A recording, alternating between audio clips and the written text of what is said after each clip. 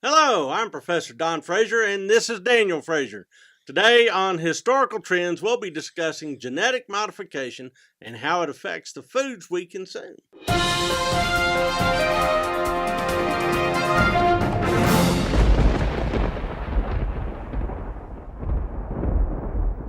In today's health-conscious world, many tend to put a great deal of power in the labeling of foods, especially when it comes to GMOs. Most have heard of labeling such as organic and non-GMO, but most people tend to believe that this food is healthier than others. I do. I thought that the point of all these labels was to make sure that the food we consume was safe. And most people really believe that, but like most labels these days, very few really know how they came about or what they even mean. Well, exactly how did all this confusion and this sort of strange gobbledygook language even enter into the idea of food supply? Well, GMOs, or genetically modified organisms, began commercial sale in 1994 by the company Calgene. The sales were originally unsuccessful, but they opened the door for the sale of GMO crops, such as soybean, corn, and wheat, all staples in the diet of beef and dairy cows. Ah, so this is actually cow chow. All right. Well, if it's the cow's food being modified, then why does the public care so much about it? There are genetically modified cattle, but they are not on the market due to the inability to safely breed them. See, the first attempt to breed an animal for consumption using genetic engineering was done in 2013, but it wasn't a success. Because of these studies, many believe that all food is genetically modified and therefore dangerous. This, however, isn't the case. GMOs are actually safer to consume than some other foods. This is why they are used to feed cattle and other farm animals. All right. So why do farmers use GMO products to feed their cattle instead of just going and gathering up regular crops, unmodified? Well, GMO crops are genetically modified to be more nutritious as well as grow faster and in greater numbers. Okay. This allows the animals to put on more weight as well as taste better, seeing as the cattle will be healthier due to the increased nutrient value of these crops. The crops themselves are also easier to maintain due to some resilience against disease and vermin. Vermin. This makes it the most efficient manner of feeding and maintaining farms. The best way to look at it is that GMOs fuel the great machine that is American agriculture. Okay, American agriculture. It seems as though we have to take a break, so we'll continue this conversation right after this. Welcome to State House Press, a nonprofit publisher of quality books. State House Press and the McWhinney Foundation Press are part of the Texas A&M University Press Consortium, which handles retail distribution for several small but distinguished publishers. Our entire list of offerings, with pictures, summaries, prices, and easy online ordering, is available in our section of the Consortium website. State House Press is proud of its reputation for high standards of scholarship and readability. In addition to this, we at State House Press have recruited the talents of individuals such as Phil Collins on his book, The Alamo and Beyond. We release not only texana by contemporary authors, but reprints of classic accounts of Texas life and history otherwise inaccessible to the public. Our book list also incorporates the publications of the McWhinney Foundation Press, specializing in the history of the Old South and the Civil War. We strive with our titles to make history accessible to as many readers as possible. To accomplish this task, we have recruited some of America's leading historians, as well as bright new scholars. We believe firmly in narrative history, in telling a good story, and in telling it well, without losing sight of the people who've made history and the events that changed a nation. For questions or business inquiries, please visit the Texas Book Consortium at www.tamupress.com. And welcome back. Now, we've talked about the labeling of non-GMO food, but how did all this consciousness about the food supply chain even come about? Health consciousness saw a boom in 1904 with the Upton Sinclair novel, The Jungle, which highlighted the problems with the beef industry, namely the health of the beef itself. And also the conditions of packing houses and stuff. Always. The book focused on the sanitation of how the beef was stored, as well as the lives of immigrants in Chicago and other industrialized cities. It really opened the eyes of the American public and increased their awareness of what they ate. This uproar led to the Meat Inspection Act and the Pure Food and Drug Act. These were the first steps taken to form the Food and Drug Administration in the 1930s. So not only what they ate, but what they also were eating as extra ingredients. All right. So the FDA is involved in the regulation of GMOs, correct? Of course they are. All right. They, however, are just one of the 3 agencies in charge of monitoring GMOs. The other 2 are the Environmental Protection Agency and the U.S. Department of Agriculture. They share the work on regulations for GMOs. It was the FDA that passed a law which required GMO to be labeled on packaging. What does each agency regulate? I mean, I understand the Department of Agriculture, but the EPA, how's that fit in? The EPA regulates the use of biopesticides, a job created with the Federal Insecticide, Fungicide, and Rodenticide Act. Rodenticide. That's a word you don't hear very often. The FDA regulates the safety of GM crops for human consumption. Okay. Lastly, the USDA regulates the inspection of GM crops for insects under the Plant Protection Act of 2000. Wow, that's a lot of stuff stacked on top. So when did all this genetic modification start? As far as genetic modification goes, this has been happening for thousands of years. Okay. It all started with artificial selection. So breeding. Precisely. You know, I like that horse. I like that horse. Maybe I can get a super horse from the mix of the two. Except in this case, it's I like that corn and I like this corn. Let's make better corn. Yeah, because the original corn is nothing but looks like a stem of grass with a couple of seeds attached. Precisely. Okay. Humans have been strategically growing and harvesting plants since 12,000 BC. A good example of the difference this made and how crops are today is to look at the undomesticated bananas, which is as close as we can get to the banana hundreds of years ago. These are little tiny dudes, aren't they? They are. They're little tiny dudes. They got a whole bunch of orifices and all sorts of holes in them. It's real weird looking. Yeah. And domesticated bananas, like the ones we get in the supermarket, this was the first step. Okay. Once crops were domesticated, they could then easily be manipulated to fit whatever niche we wanted them to. Okay. The first case of genetic modification, as we understand it, happened in 1972, when Herbert Boyer and Stanley Cohen found a way to transfer DNA and break down the genetic code of a living organism. Wow. The first genetically engineered mammal was a mouse in 1974, made by Rudolf Janisch. A mouse was made by Rudolf Janisch. Oh, yeah. Weird to say. All right. The tech went commercial in 1976, which was then used to create somatostatin and insulin. As far as human invention goes, genetic modification is one of the greats. So those 2 drugs are like growth hormones, or Precisely. at least hormones that regulate body functions. Precisely. Okay. So if genetic modification is so great, why do so many people seem to yank their hair out and get all worked up about GMOs? I think the best way to describe it is to use a quote from Jurassic Park. Okay. In the movie, a chaos theorist, played by Jeff Goldblum, when speaking about the dinosaurs in the park, exclaims that your scientists were so preoccupied with if they could, they didn't stop to think if they should. Doesn't he get eaten? No, he doesn't. He actually makes it through the whole movie. Really? He does get cut up, though. Okay, well, I'm just trying to figure out if this guy makes it through the movie. Sorry. See, that quote seems to be the basis for any argument against science, including genetic modification. There seems to be a stigma behind genetic modification that the food produced isn't healthy or causes cancer, but multiple studies reinforce the point that these foods are safe to eat and are a possible solution to that world hunger problem we hear so much about. So Frankenstein food may kill you. That's the argument? That's the argument against it. Okay. So when did all this dislike for GMO foods begin? The biggest protest group against GMO foods is the March Against Monsanto. They protest the company Monsanto, which is an agricultural company that produces GMO crops. The March Against Monsanto began in 2013 when, in Southern California, Proposition 37, a law to require the labeling of GMO on foods, failed to pass. Uh-oh. This caused an uproar, leading to the protests across 400 cities. Of course, in California or 400 cities around the world? Just nationwide. Wow. The basic premise is that people deserve the right to know what they are eating. The problem is that GMO is a scary label, and people don't tend to research these kinds of topics. All right, so you're telling me that people walking around with the entire knowledge of the universe at their fingertips and in their phone are going about uninformed. Precisely. Okay, well, there's no help in that. All right, well, we're going to take another break, and then we're going to come back with some Q&A and discussion about GMOs. We'll be right back.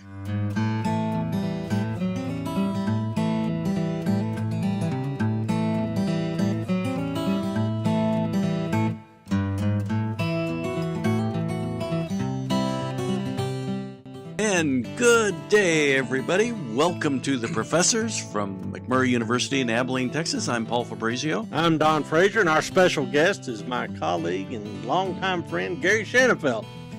And I'm Scott, the engineer. My older brother, Tim Frazier. John Samudio to my left, and we're joined in the studio today by Rob Frazier, an expert on cybersecurity. My mom was pregnant a lot. Yeah, a lot. Dad was a checker player. She moved, he'd jumper. Anyway.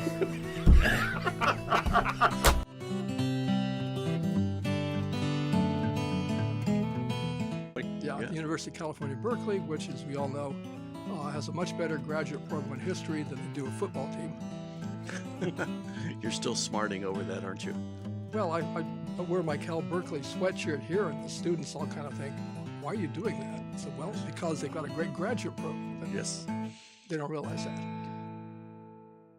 All right, and we're back. So I've got questions about this genetically modified stuff. Mm-hmm. How exactly do you genetically modify things? I mean, what's the science behind it? Well, first we want to find a desired trait. Okay.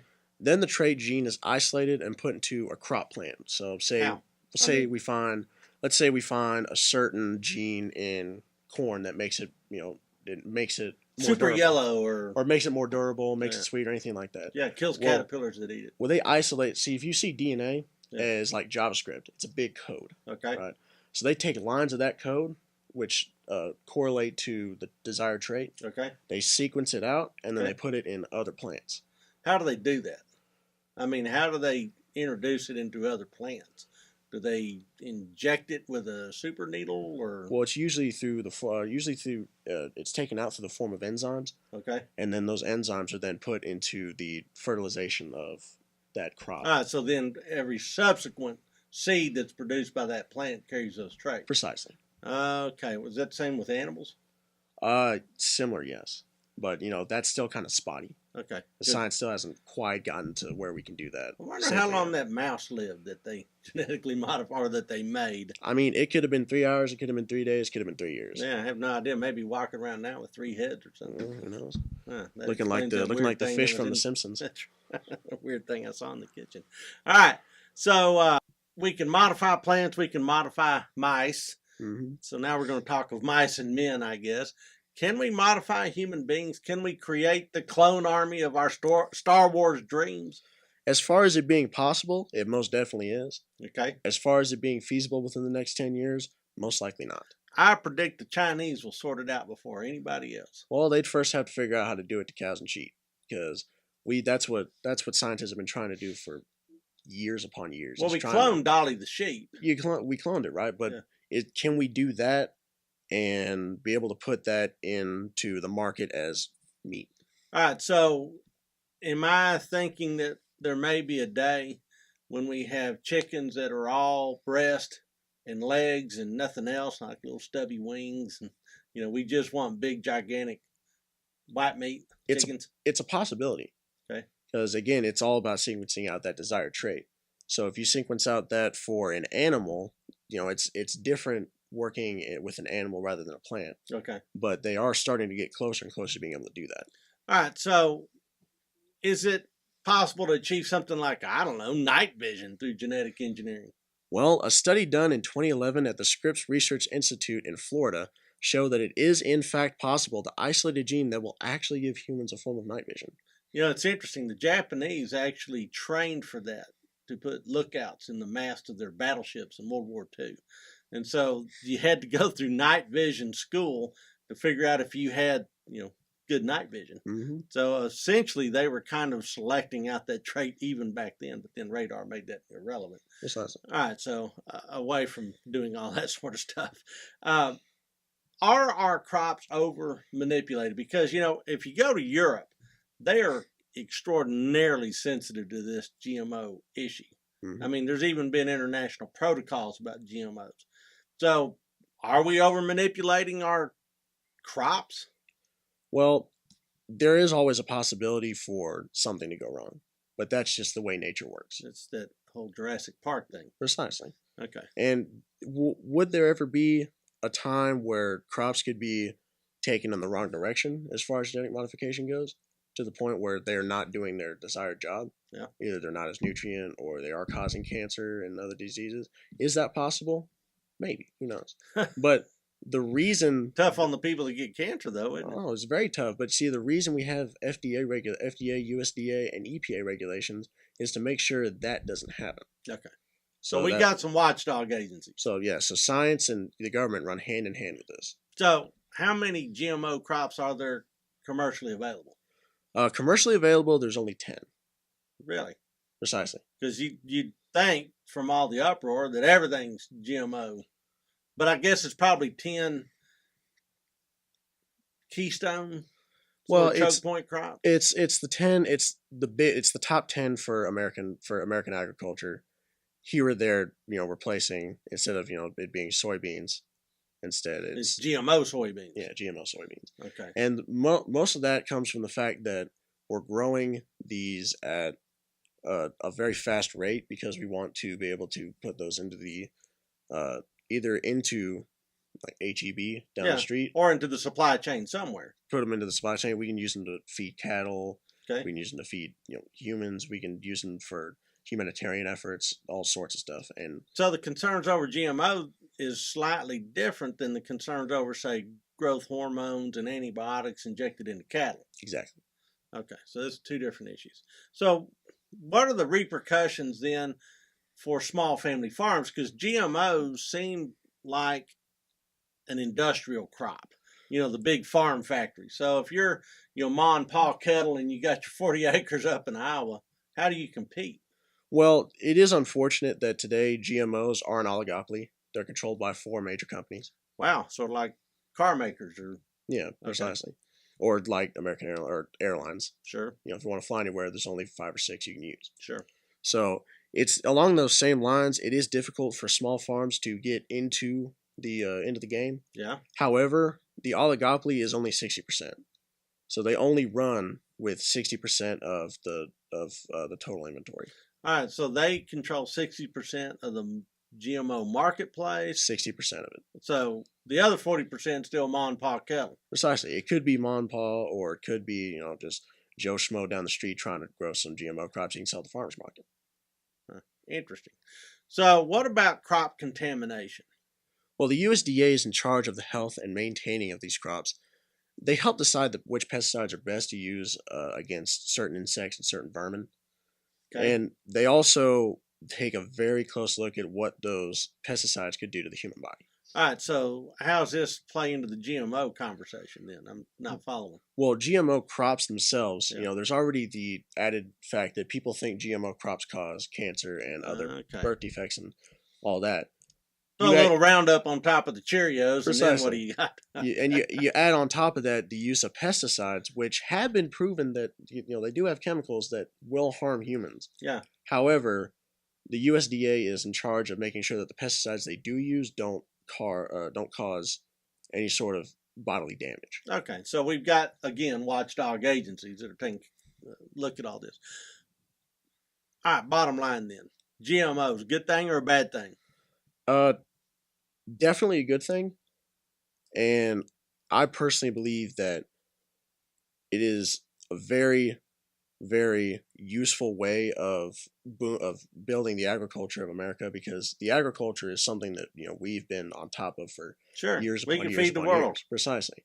And now that we're America's police force, and we have our hands, the world's police force? Yeah, the world's police force. We have our hands in everything. Sure. Right? And part of that is humanitarian efforts. Yes. Right?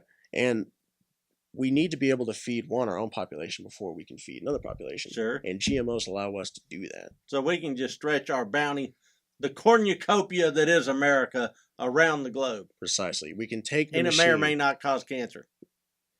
It doesn't. It doesn't. I can tell you it doesn't. All right, so we have it on your authority that there's no cancer in GMOs.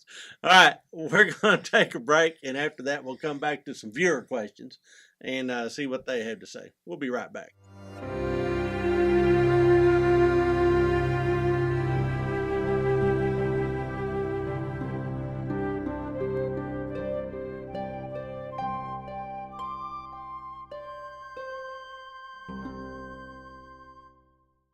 History has become one of the most fought-over battlegrounds in terms of shifting people's views and opinions about their country.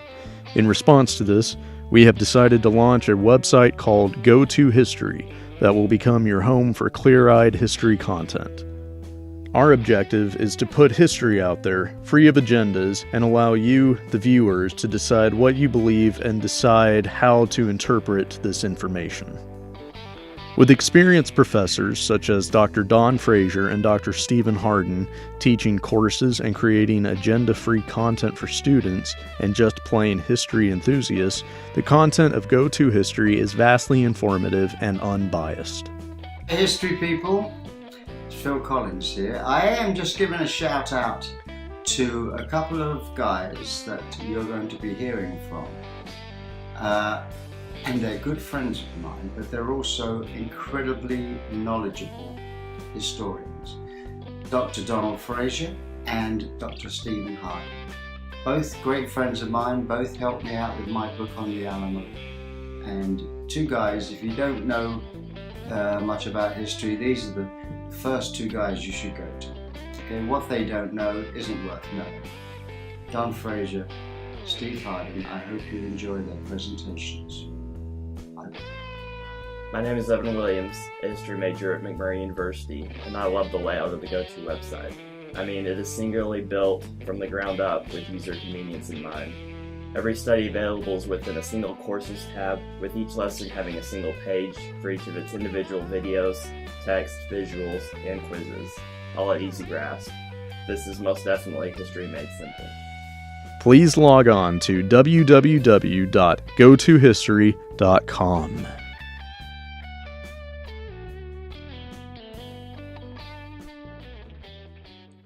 Welcome back. Now we've got viewer questions, and this is going to involve, based on what I've seen, a lot of discussion about weird tasting food. It always does. It always comes back around to that. So from @Dent in My Heart, baby, this guy asked, can you force a plant to produce more than average? Force? No. But can you bring that trait out in crops? Most definitely. Okay. That's what we've been doing for hundreds of years. Sure. I mean, it's amazing. It's tough to find the original apple tree. Mm-hmm. It's tough to find original breeds of lots of livestock. I mean, you know what the original chicken was? The jungle fowl of Southeast Asia. And they're crazy birds, man. Somebody said, hey, I'm going to snag this crazy bird and essentially selectively breed it into a genetic creature that we keep in a cage and fatten up and sell at Sam's. Well, I mean, you take one of those undomesticated bananas, yeah, crack that sucker open, it looks like a sponge on the inside. It doesn't look like an actual banana. Yuck. Wonder what's it taste like? I couldn't tell you. I don't think I want it. All right, so this next question comes from @GimmeMoGMO. Can you make fruit sweeter with genetic modification? I mean, we've talked about grapples and things like grapes that taste like cotton candy. Is that what we're talking about? Precisely. Okay. I mean, it's all about finding that desired trait, sequencing it out, and then putting it in other crops. I bet they do a lot of this work at A&M in places like that. They probably do. You know, they're talking about making edible cotton. That may be the way of the future. Edible cotton. So watermelons that taste like strawberries? Mm-hmm. And bananas that taste like vanilla. Bananas that taste like raspberries. I mean, there's the grapple. Yikes. An apple that tastes like a grape. Will there be a time in future generations when I'll be sitting on the rocker after I've been genetically modified to live to 1,500 years old, and I'm talking to my great-great-great-great-great-grandchildren? Using your telepathic powers. That's exactly right. Just projecting my thoughts into their skull. And they'll say, I remember what a banana used to taste like. And these bananas that taste like ground meat are not real bananas. I mean, is that where we're going? It could very well be. I mean, if I'm alive around then, I'll tell you. But you'll be genetically modified too. Precisely. We may just be brains floating in that vat with little Morlocks that are feeding us. Just be heads in jars like Futurama. That'd be cool. All right. So this question comes from @NeedMeThatGoodCorn. What can be changed in humans via genetic engineering? Well, we know how we have chromosomal diseases. Okay, like give me an example. One. Down syndrome. Down syndrome. Okay. So we take things like that, developmental diseases like microcephaly. Okay. And we have the ability to sequence out a piece of the DNA that says this could happen. Sure. And delete that completely. Okay. Or in the case of microcephaly, we can put in... Which is? Microcephaly is a underdevelopment of the brain. Okay. So they have very small heads and they have very underdeveloped brains. Okay. So chances are they physically grow up normally, but mentally they don't usually grow past the age of 7. Okay. So they're infants stuck in the adult bodies. Okay. So you can add in a sequence of code of DNA that says, you'll develop normally now. And then eventually we can use that to create superhumans. Well, let's flip that question then. Do you think there's environmental and chemical factors that damage the DNA and cause things like diabetes or different undesirable traits in humanity? I mean, I've heard about like plastics leaching from baby bottles that end up having health ramifications later in life. Well, I mean, there's most definitely that, and those are just things that we can't control. Stuff happens. Yeah, right? Well, yeah, that's what I'm saying. Is it?